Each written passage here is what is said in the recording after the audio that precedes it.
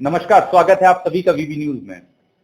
मैं एक बार आज आपके सामने जिस मुद्दे को रखने वाला हूं वो इस समय हमारे भारत देश में सबसे ज्वलंत मुद्दा है। मुद्दा वो जिसका अभी तक कोई ड्राफ्टिंग नहीं, अभी उसको कलमबद्ध नहीं किया गया, अभी उसका कहीं पे यदि ऑफिशियली यदि देखा जाए तो कहीं पे कोई भी विवरण जिक्र नहीं उपलब्ध है। लेकिन प्राइम टाइम पे यदि कोई सबसे ज्यादा जो मुद्दा है, जो चल रहा है, जिसको चलाया जा रहा है, चाहे भले भी एजेंडा के तौर पे चलाया जा रहा हो, लेकिन चलाया जा रहा है, वो है यूसीसी। सिर्फ प्राइम टाइम पर ही नहीं, हमारे देश में इस समय गली में, नुक्कड़ में, हर एक जगह पे अगर किसी चीज पे चर्चा हो रही है तो वो है यूसीसी, समान नागरिक संहिता। आइए अब आपको सबसे पहले बता दें कि ये समान नागरिक संहिता है क्या। जितना अभी जैसा डिबेट के जरिए या जो बुद्धिजीवियों का मानना है उसके जरिए, और क्या इसका प्रभाव पड़ेगा हमारे देश पे। मैं आपको बता दूं कि हमारा देश विभिन्नताओं का देश है। यदि अगर हम अपने देश को दो भागों में भी विभाजित करते हैं तो उत्तर भारतीय जो हैं वो आर्यन पद्धति को मानने वालों में से हैं, वहीं दक्षिण के लोग जो हैं वो द्रविड़ पद्धति को मानते हैं। वहां की भाषाएं अलग है, वहां की शैली अलग है, वहां की परंपराएं अलग है। यदि इनको हम सबको एक ही सूत्र में पिरो देंगे तो क्या वो काम करेगा या नहीं, सबसे बड़ा मुद्दा ये है।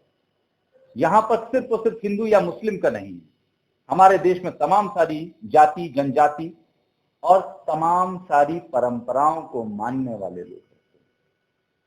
आपको बता दें यूसीसी के जरिए, जो यूसीसी यदि लागू होता है तो इसका सबसे ज्यादा प्रभाव जो हमारे देश की सबसे बड़ी परंपरा है, विवाह परंपरा, उस पर पड़ने वाला है। गोद लेने की परंपराओं पर पड़ने वाला है, भरण पोषण की परंपराओं पर पड़ने वाला है। यदि जो जिस तरह से प्रेम किया जा रहा है मुस्लिम समाज को, कि सबसे ज्यादा प्रभाव इन पे पड़ेगा, नहीं, ऐसा नहीं।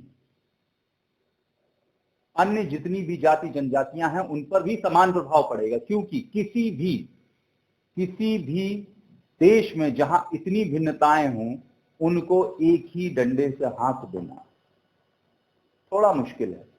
आपको ज्ञात होगा, बता दें कि अगर हम थोड़ा सा समय में पीछे चलते हैं तो इसी तरह का एक शगुफा और छेड़ा गया था जिसपे हमारे माननीय गृह मंत्री अमित शाह जी ने क्रोनोलॉजी समझाई थी।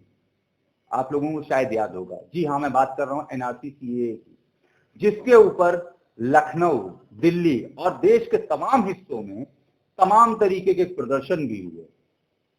लेकिन वो एनआरसी सीएए अभी तक उसका कहीं पे भी कोई भी वजूद नहीं। यदि इन सारी चीजों का प्रयोग हमारे आपके जीवन से जुड़े मुद्दों से ध्यान भटकाने के लिए किया जा रहा है तो बहुत अच्छा है, इसमें सफलता भी मिल रही है।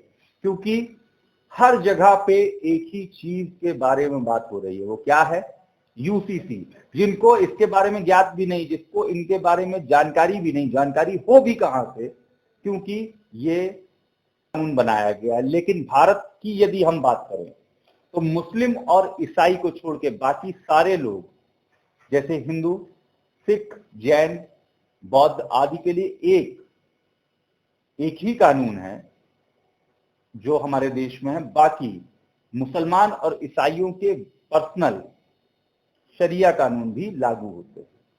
अब अगर यहाँ पे बुद्धिजीवियों के मतों को देखा जाए तो यदि यूसीसी लागू हो जाता है तो इससे हमारे देश की जो न्यायपालिका है उसके ऊपर से बोझ कम हो जाएगा। क्यों? क्योंकि यदि जब सब सारे लोग जितने भी हैं वो एक ही कानून का पालन करने लगेंगे, एक ही कानून उनके ऊपर इंपोज होने लगेगा, लागू होने लगेगा, तो न्यायपालिका के ऊपर से बोझ ऐसे हट जाएगा कि अब उनको शरिया कानून या अन्य किसी कानून के तहत उस चीज को नहीं देखना है, वो एक ही दायरे में आएंगे। और ऐसा बुद्धिजीवियों को मानना है कि इसकी वजह से जो पेचोखम, जो दांवपेच होते हैं, जिनकी वजह से कई बार लूपहोल्स में से लोग निकल जाते हैं, वो पुराने लंबित पड़े हुए मामले जल्द से जल्द निस्तारित भी हो जाएंगे। और भारत देश में एक ही कानून होने से, एक ही कानून हो जाने से ये भी होगा कि आपसी सौहार्द और आपसी भाईचारा बढ़ेगा, देश में एकता होगी। ये ऐसा बुद्धिजीवियों का मानना है। जैसा कि मुस्लिम पर्सनल लॉ बोर्ड हो गया या क्रिश्चियंस का जो व्यक्तिगत लॉ है, उसके अनुसार जब ये सारी चीजें हमारे देश के कानून के तहत आ जाएंगी तो उसमें गोद लेने की, विवाह की और भी अन्य पिता की संपत्ति हो गई, जैसे कई एक मामले, वो किसी पर्सनल लॉ के तहत नहीं, भारत के लॉ के तहत चलेंगे।